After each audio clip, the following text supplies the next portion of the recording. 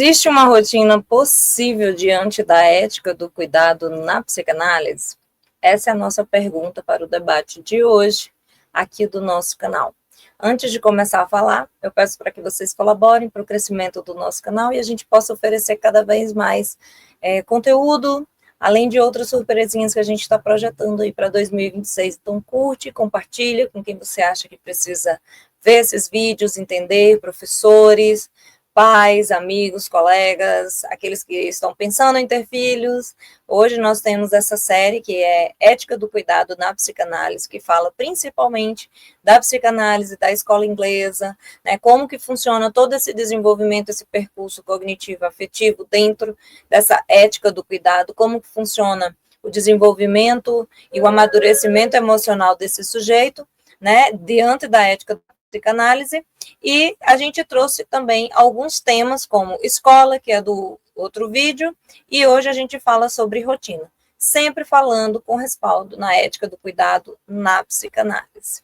Essa é a nossa série.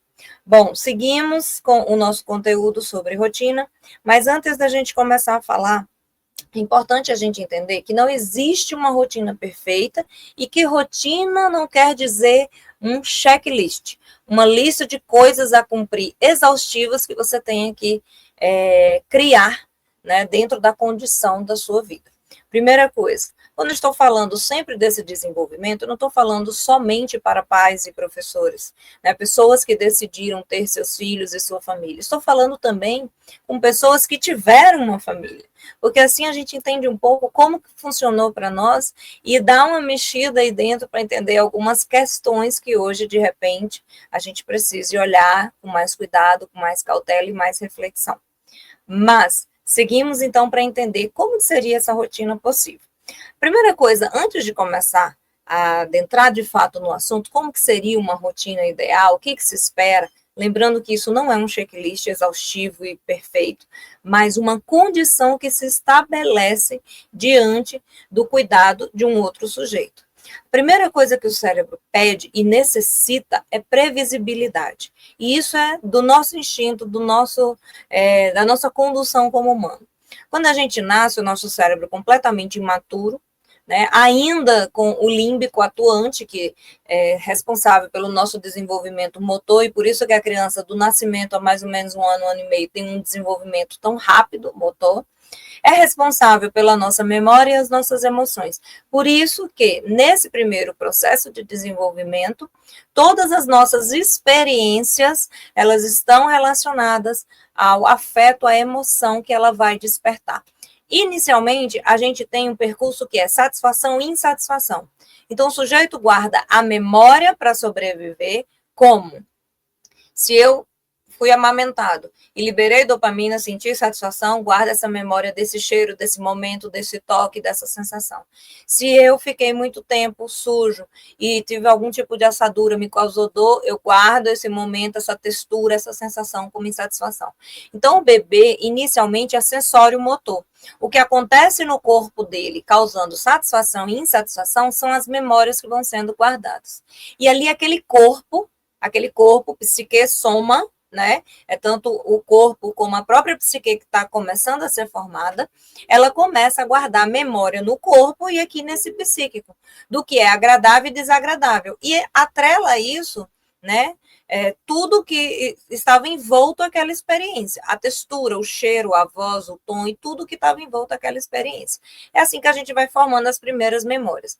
A recorrência dessas sensações, essas experiências que vão ficando cada vez mais complexas, fazendo com que o sujeito também se desenvolva e adquira algumas habilidades, torna essas memórias mais complexas também. E aí o sujeito vai, durante esse processo do desenvolvimento, não só desenvolvendo habilidades, mas amadurecimento emocional, reconhecendo o ambiente, objetos, que são a relação com os primeiros cuidadores, né, desenvolvendo algumas habilidades emocionais. Claro que nesse início, até mais ou menos 3, 4 anos, puro id, puro impulso, límbico atuante constantemente. Então, o sujeito, ele está ali naquele narcisismo, no centro do universo, tudo funciona em função de mim, e ele é atendido nessa necessidade. Depois, ali na fase anal, que a gente já falou em algum vídeo por aqui, Começa essa transição de entender quais são as regras, a cultura, né, o interdito, e aí o sujeito começa a ter que aprender de alguma forma, né, o que se espera, para lidar com as questões sociais, as regras culturais, né, o que pode, o que não pode, o que é devido, o que não é, e por isso a tal fase da birra, né, porque é onde o sujeito começa a ter que controlar esses impulsos, que até então eram totalmente satisfeitos, para ter que se adequar à realidade, do princípio da realidade, que é a sociedade, a cultura, e o que ela exige de nós para que nós possamos conviver em comunidade. Dessa transição, a gente tem aí uma reorganização emocional, que é o nosso Édipo, o interdito da cultura, né, o terceiro, o pai, enfim. E como a gente elabora isso, é a forma como a gente vai para o mundo, a gente se apresenta e se relaciona no mundo. E toda essa experiência exige de nós, né, um ambiente suficientemente bom, que inicialmente é representado pelo nosso primeiro cuidador. E quando a gente fala de rotina, a gente pensa exatamente nesse processo de desenvolvimento. Então, quando existe um bebê dentro de uma família para ser cuidado, exige previsibilidade. Por quê? Porque esse cérebro, nesse desenvolvimento, ele precisa, para não ficar em processo de alerta constante, ter uma noção do que vai acontecer e, de preferência, que seja satisfatório. Quando o sujeito sai daquela previsibilidade que ele foi construindo com o tempo, construindo como, Pauline? Através dessas memórias. Eu sei que nesse momento, com esse cheiro, eu tenho essa sensação. Eu sei que com esse momento, esse cheiro, essa textura, eu tenho que ficar em alerta. Então, essa previsibilidade é uma rotina que se segue na vida do sujeito. O que é o sujeito borderline, que é o limítrofe? É o sujeito que teve essas invasões constantes, essa instabilidade, essa tempestade nesse comportamento. Aí vem ansiedade, relação ruim com o objeto e tudo mais. Mas é tudo imprevisível. E esse sujeito não consegue construir, amadurecer. Fica na emoção pura do límbico. E aí ele compromete o desenvolvimento do pensamento, do córtex, e assim se segue. Então, o que se espera? Previsibilidade, continuidade, como o próprio Winnicott coloca. O sujeito precisa, desde o seu nascimento, de uma continuidade, de algo seguro para poder amadurecer. Como a gente pode estabelecer isso sem enlouquecer? Primeira coisa, exige de nós o preparo. Então, se eu escolhi, nesse momento, cuidar de um outro sujeito, qual o preparo que eu tenho para isso? É claro que a gente tem vários imprevistos nesse processo, muita coisa pode acontecer, mas num recorte básico, qual é o preparo? Né? O primeiro preparo que eu coloco aqui não é roupinha, não é aniversário, não é os exames que tem que ser feito. O primeiro preparo é você mesmo. Né? Como que você lida com as suas questões, com as suas angústias, com seus traumas, como que isso está estabelecido em você. Por exemplo, o que mais chega no consultório? Os pais que precisam de todo jeito do amor dos filhos, que não aguentam um não, eu te odeio, um acesso de raiva e fica comprometido. Por quê? Porque eles não tiveram essa compreensão, essa validação. Então, eles acham que tem que dar e dar, e excesso, esquece do limite, e toda vez que a criança tem um acesso, uma birra, eles começam a se sentir culpados. Quando o filho fala que eu dei, eles começam a oferecer o mundo. Outra questão, a questão do castigo físico, que inclusive é um assunto muito polêmico. Ah, mas eu fui criado assim, aí vai lá, bate na criança, depois se corrói de culpa. Então, como que a gente lida com isso? Resolvendo primeiro as nossas questões, ou pelo menos tendo consciência delas. Busquem análise, busquem o preparo, assistam, leiam, o Winnicott aqui maravilhoso, para quem está buscando a maternidade ou a paternidade, quer entender como é que funciona, como que pode, né, trazer para esse sujeito um ambiente suficientemente bom. O Winnicott é maravilhoso, é uma leitura acessível. Segue aqui o nosso canal, assiste os nossos vídeos também, para quem já tem os filhos, para entender como é que isso pode funcionar. Então, esse bebê, ele exige uma rotina desde quando ele nasce. Para quem já teve experiência, ou quem já viu alguém com os bebês, sabem que, por exemplo, para amamentar a cada 2, 3 horas, esse bebê precisa ser trocado, esse bebê precisa ser higienizado. Se você faz isso num processo constante de horários próximos, isso facilita. Outra questão, o bebê no início, até 3, 4 meses, dorme bastante. Então, quais são os períodos em que ele dorme, que ele acorda, que ele mama, que ele é higienizado, que ele é cuidado? Como esse sujeito vai criando esse processo com esse bebê? Como é que esse vínculo, que é base dessa rotina previsível e possível, está sendo construído? Porque lá na frente, quando esse bebê começa a andar, começa a fazer birra, ele não entende o não pode, o não é perigoso. Ele entende um alerta quando existe uma voz gritando ou quando existe um castigo físico. Então, como está sendo estabelecido isso? E por que isso facilita? Isso é um recorte. A gente sabe que tem a família que tem 300 babás para cuidar, cuidadores e tal. A gente sabe que tem a família que tem o suporte, apoio dos avós, tios e cuidadores. A gente sabe que tem a família que não tem suporte nenhum. A gente sabe da mãe solo, a gente sabe de várias condições. Mas quando a gente tem um outro sujeito, qual é a possibilidade de criar uma rotina previsível? Essa é a pergunta. Não existe respostas, porque essa resposta ela vai se adaptar a cada uma dessas realidades.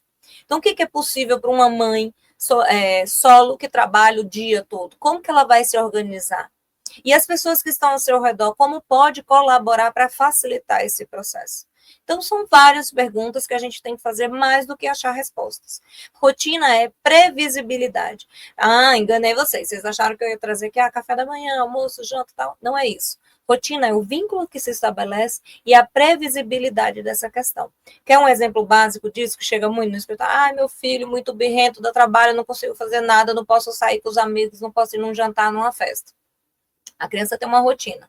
Ela tem mais ou menos um horário de acordar, de almoçar, de tomar banho, de assistir, de brincar e tudo mais, por aí vai.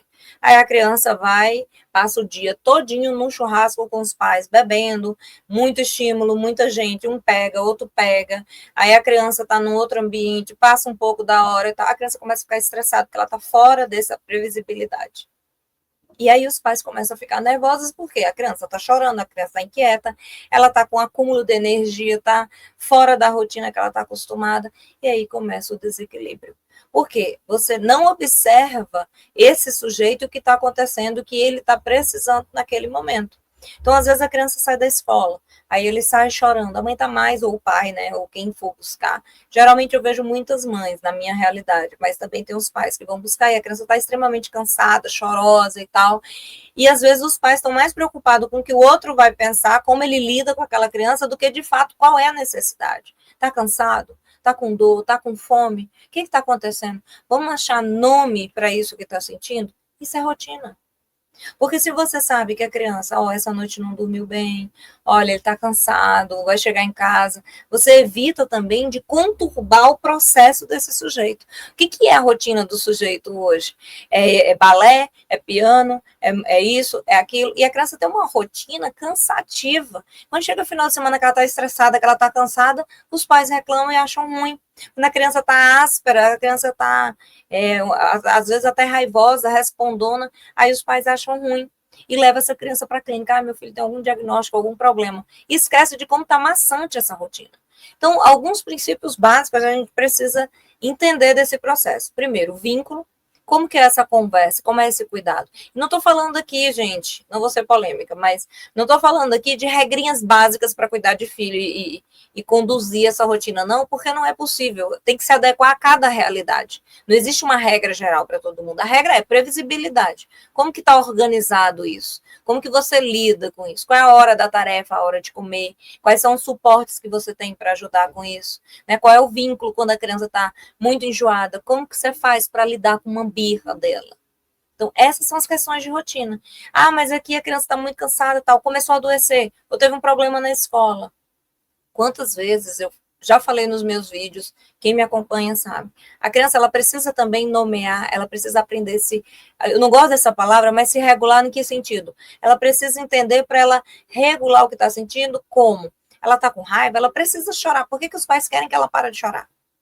Deixa ela se chorar e vai ensinando ela a se acalmar, porque na vida a gente não pode ter acesso e bater em todo mundo, mas a gente pode chorar, a gente pode gritar, a gente pode se expressar de alguma forma. Então, o que você está sentindo? Você está com raiva? Você está com medo? Você está triste? Está cansado? Então, vem aqui. Às vezes a criança só chora, ela passa 10 minutos berrando. Abraça a criança, respira com ela, espera ela se acalmar e começa a falar com essa criança. E outra, como que é essa fala? Porque é diferente para uma criança de 1 ano, é diferente para uma criança de 2 anos, é diferente para uma criança de 5 anos. Então, uma criança, por exemplo, de 1 ano, 1 ano e meio, é muito mais contato e como você conduz a situação do que a fala em si. Ela não vai saber nomear, embora você nomeie com ela. Uma criança de 5 anos, ela já compreende mais, então você consegue elaborar essa fala melhor com ela. Então, rotina, gente, é previsibilidade. E como que você organiza essa previsibilidade, tá? Lembrando que é uma rotina possível e não perfeita, porque a gente tem que contar com os imprevistos também, com situações que fogem do nosso controle.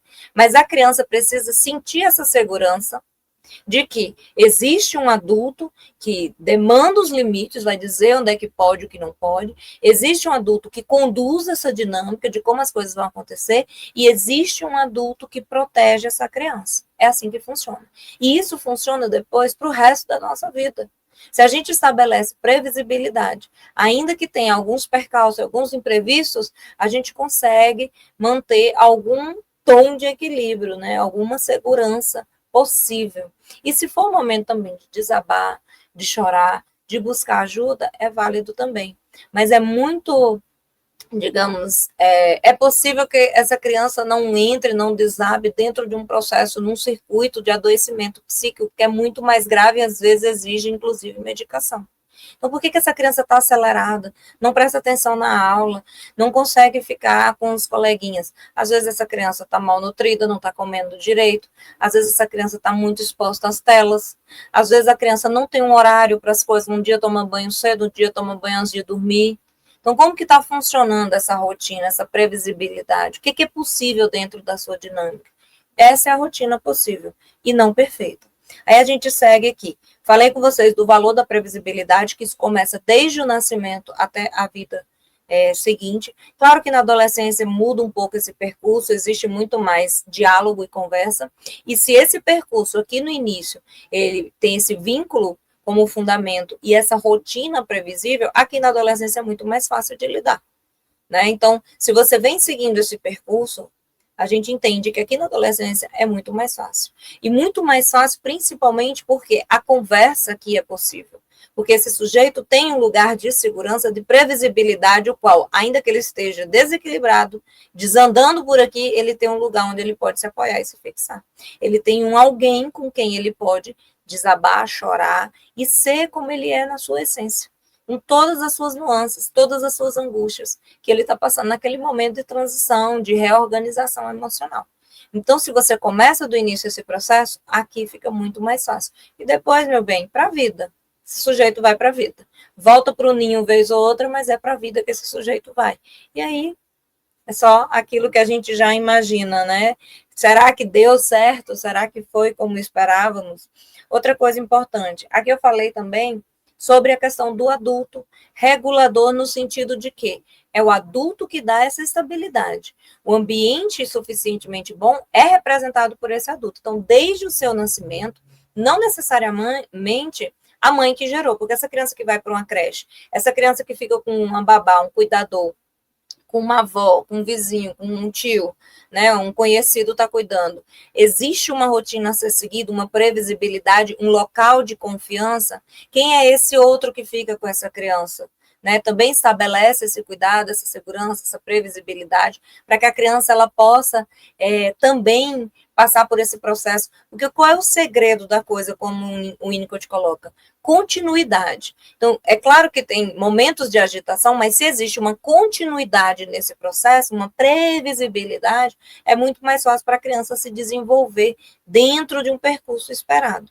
Claro, de novo, minha gente, não fiquem equivocados com a perfeição e de existir um ambiente, né, que seja adequado. Na verdade, a sua realidade que se adequa a essa questão geral. Como é possível criar essa continuidade? Como é possível criar essa previsibilidade, esse cuidado? Esse sujeito ele precisa ser atendido nas suas necessidades, mas depois ele precisa entender sobre limites e depois ele precisa dialogar com esses objetos desses pais, porque ele vai para a escola, ele vai para o mundo, para a sociedade, ele precisa lidar com suas questões e as questões dos outros. Como que isso vem acontecendo? Quanto menos marcas, quanto menos traumas, né, forem evitados, melhor para essa situação. Lembrando que a gente tem que contar com a imprevisibilidade da vida, do mundo, do cotidiano. Por exemplo, a gente está aqui nesse papel de continuidade, mas de repente aconteceu uma tragédia na família, houve o falecimento de um ente querido, às vezes de um dos pais, né? Então, como que isso vai ser trabalhado na criança? A criança que tem continuidade, um ambiente seguro, é muito mais fácil de ser trabalhado do que uma criança que não tem esse ambiente seguro e não tem essa previsibilidade de rotina. Por quê? Porque quando você vai falar com essa criança, você vai cuidar, que você vai se adentrar nesse processo dela, você vai trazer ela para um lugar em que ela precisa elaborar aquela questão, ela precisa dar nome para aqueles sentimentos e aprender a lidar com o próprio sentimento, principalmente quando está relacionada a uma perda, uma transição, mudando de cidade, enfim, tantas questões que a gente tem. Mas a rotina, lembre-se, não é um checklist perfeito. É previsibilidade, é o cuidado e a segurança que esse ambiente proporciona, é o vínculo como base fundamental, tá? E aí não é aquela coisa, você quer isso ou você quer aquilo? Não, olha, essa é a condição, isso é negociável, isso não é, meu filho. Quero comer chocolate agora é hora do almoço. Você pode comer o chocolate assim que você terminar o almoço. Mas berra, berra, berra, ainda mais se estiver na fase da birra. Espera a criança parar de chorar. Quando você terminar, a gente conversa. Ainda, quando ela é uma hora, ela vai parar. Quando ela parar, você vai acalmar ela, vai lavar o rosto, sei lá, vai dizer, você não pode comer o chocolate, você não vai comer o chocolate, porque agora é hora de se alimentar. Você sabia que você precisa alimentar? E vai brincando e vai levando a criança. Você precisa se alimentar, porque a comidinha é saudável, porque é isso, porque é aquilo, e vai levando e vai criando isso. Agora, se você deixa a criança com fome, passa do horário, aí ela está com chocolate na mão que ela recebeu de alguém, é óbvio que ela quer comer o que tiver na frente. Tá? Ou aquilo que é mais saboroso. E aí envolve várias questões, né? Como é que é feita essa alimentação, como é que é a rotina do sono, para deitar para dormir. A criança está lá no tablet jogando, pronto, agora é hora de dormir. Larga o tablet e vamos dormir. Até esse cérebro se acalmar, até essa criança, de fato, sair daquele estado de êxtase e dormir, ela vai demorar pelo menos 1h30, 2 horas. Agora, se existe essa rotina, esse controle, essa previsibilidade, é muito mais fácil. Ali entre as 7 horas a criança já está fazendo o seu lanche, ou quem faz o jantar, né? Termina, vamos escovar dente, toma banho? Então vamos tomar um banhozinho, escovar os dentes, vamos ler uma historinha, vamos já para o quarto, luzes baixas. Essa criança até 8, 8h30 já dormiu, nesse processo de rotina para o sono, por exemplo. Então, se você vai criando um ambiente para isso, um lugar para isso, fica muito mais fácil serem conduzidos. Sei que esse vídeo pode ser, inclusive, muito polêmico, que as pessoas têm dificuldade de fazer esse tipo de coisa, porque isso exige de você, né, um lugar e uma condição. Então, exige que você preste atenção, exige que você se dedique de alguma forma. Então, não adianta você achar que você pode conduzir uma rotina de tranquilidade, continuidade, quando você não se dedica a isso. Não façam. Então, um terceiro faz, o cuidador faz, a avó faz, ou quem cuida dessa criança consegue estabelecer esses lugares. Aí deixa a criança assistindo filme. Mas já tem 9 anos, 10 anos, fica assistindo filme até meia-noite. Aí no outro dia a criança vai acordar que hora? Quase meio-dia, já pulou o café. Aí a criança já não vai almoçar direito. Aí essa criança já vai ficar durante o dia toda comprometida, porque ela está com sono, está cansada, saiu do ritmo. Então a gente tem que pensar em rotina sempre como isso, previsibilidade. Qual é o horário mais ou menos de acordar, tomar um café, toma café em família, toma café, vai para a escola? Né? Qual é o horário que essa criança tem para brincar, se divertir? Qual é o horário que essa criança pode ir para uma tela, televisão ou tablet, pode brincar? Tem idade para isso? Qual é o horário de lanchar, tomar um banho? Qual é o horário de dormir? Como que a gente vai organizar isso? Não um checklist, mas seguir nisso. Chegou o final de semana a gente faz o quê? Tem atividade fora de casa? Tem atividade dentro de casa? Como que eu organizo isso? E aí essas crianças vão crescendo, vai ficando muito mais fácil de lidar com isso, do que quando você conturba tudo, não tem previsibilidade de nada, tem ainda o risco do sofrimento psíquico, e aí tanto a criança como você entra num processo de sofrimento que fica incontrolável. E aí vai para os consultórios buscar algum diagnóstico, alguma saída, algum milagre para resolver uma situação que poderia ter sido conduzida de uma forma mais adequada. Tá? Aqui não é uma imposição, aqui não é uma receita, aqui são sugestões para reflexão. Como que está essa rotina? Como que eu escolhi esse processo? Como que eu estou envolvida nesse processo? Como que eu vou cuidar desse sujeito? Como que foi a minha rotina? Por que eu tenho dificuldades para? Né? Então é para a gente pensar mais do que achar respostas. Falei, acho que tudo aqui com vocês. Lembrar sempre que cuidar é fazer o que se pode, não o que se idealiza. Essa frase eu queria finalizar com vocês exatamente por isso, porque às vezes a gente idealiza um processo, não à toa as pessoas consomem tanto em função dessa idealização. É o meu aniversário, aí tem que cuidar do quarto do bebê, tem que ser o que é possível fazer. E o que é possível dentro dessa dinâmica? Eu já encontrei mães, por exemplo, que são mães autônomas, que têm o próprio negócio e que não podem tirar uma licença maternidade porque o negócio precisa andar. E ela vai, se organiza junto com esse pai, com essa família, quando possível, né? E tem o seu bebê, fica ali seu um mês, pelo menos, se cuidando e tal, e tem que voltar devagar, aos poucos, ao próprio trabalho.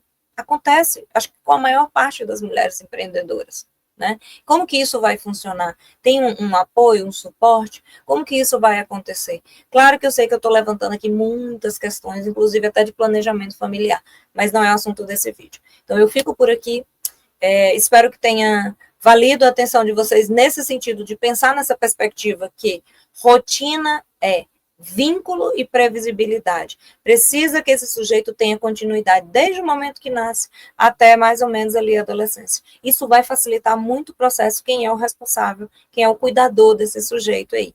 E depois, bater asa para a vida. Vejo vocês no nosso próximo vídeo. Beijo. Até lá. Não deixem de curtir, não deixem de compartilhar. Vai lá no meu Instagram, dá uma olhadinha também na comunidade Hora do Chá, Saúde Mental e Psicanálise, a primeira do Brasil e do mundo.